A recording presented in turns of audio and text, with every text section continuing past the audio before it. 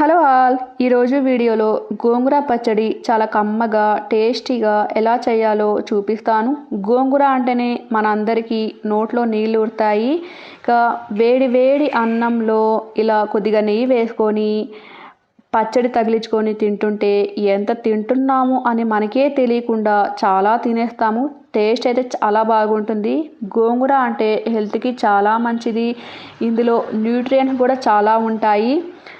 ఇలా ముద్ద కలుపుకొని నోట్లో పెడుతుంటే అబ్బబ్బబ్బబ్బ భలేగుంది, స్వర్గమే. మీరు కూడా తప్పకుండా ట్రై చేయండి. వీడియోలోకి వెళ్ళే ముందు సబ్స్క్రైబ్ చేసుకోండి. కడాయిలో తగినంత ఆయిల్ వేసుకోవాలి. ఇందులో 2 పండు టమోటాలు ఇలా కట్ చేసి వేసుకోండి. టమోటాలు ఎక్కువగా వేసుకోవద్దు, గోంగూరకు పుల్లగా ఉంటుంది. ఇవి సరిపోతాయి. తినే కారాన్ని బట్టి 4 ఎండుమిర్చి, 1 టేబుల్ స్పూన్ ధనియాలు, 1/2 టేబుల్ స్పూన్ జీలకర్ర వేసుకోవాలి. తగినంత సాల్ట్ కొద్దిగా చూసి వేసుకోండి. మంట మీడియం ఫ్లేమ్ పెట్టుకొని ఇదంతా బాగా వేయించుకోవాలి. ఈ ధనియాలు జీలకర్ర సపరేట్గా వేయించుకుంటే చేతికి చిక్కవు, తొందరగా మాడిపోతాయి. ఇలా గుజ్జుగా సాఫ్ట్గా ఉడికించుకోవాలి.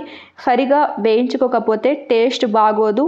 అలాగే రోకల పండ్లో తొందరగా నలగవు. ఇలా వేయించుకున్న వీటిని తీసి పక్కన ప్లేట్లో వేసుకోవాలి. పూర్తిగా చల్లార్చుకోవాలి. ఇక ఈ కడాయిలో శుభ్రంగా కడిగిన గోంగూరకు వేసుకోవాలి. అవసరమైతే 2 టేబుల్ స్పూన్ అంత ఆయిల్ వేసుకోండి. ఎప్పుడైనా కానీ గోంగూరకు తీసుకునేటప్పుడు ఇలా చిన్న ఆకులు ఉంటే చాలా బాగుంటుంది, పెద్ద ఆకులు కాకుండా. 2 రెమ్మల ఫ్రెష్ కరివేపాకు వేసుకోండి. ఫ్లేవర్ అయితే సూపర్గా ఉంటుంది. ఇది చూడడానికి అంత కనిపిస్తుంది, చూస్తూ ఉంటే అలా కొద్దిగా అయిపోతుంది.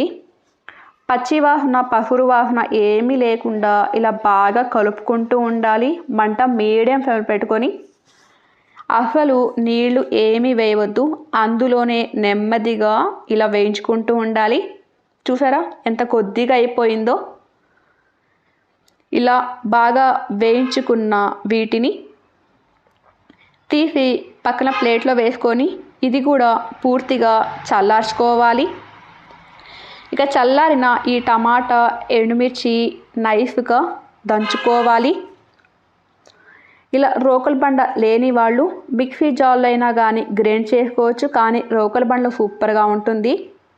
ఈ ఎండుమిర్చి తొందరగా నలగదు కాబట్టి జాగ్రత్తగా చూసి నలగొట్టుకోవాలి. కళ్ళల్లో మీద పడుతుంది, జాగ్రత్త. ఇది నలిగిన తర్వాత కొద్దిగా వెల్లుల్లి, ఈ గోంగూరకు అంతా వేసుకొని ఇలా తిప్పుకోవాలి. మనం అలా దంచితే అది మీద పడుతుంది, అందుకని ఇక్కడ చూపిస్తున్న విధంగా ఇలా తిప్పుకోవాలి.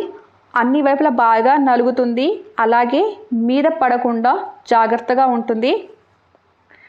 ఇలా అంతా రుద్దుకోవాలి. ఇలా రుద్దిన తర్వాత ఉప్పు కారం ఏదైనా తక్కువైతే అడ్జస్ట్ చేసుకోండి.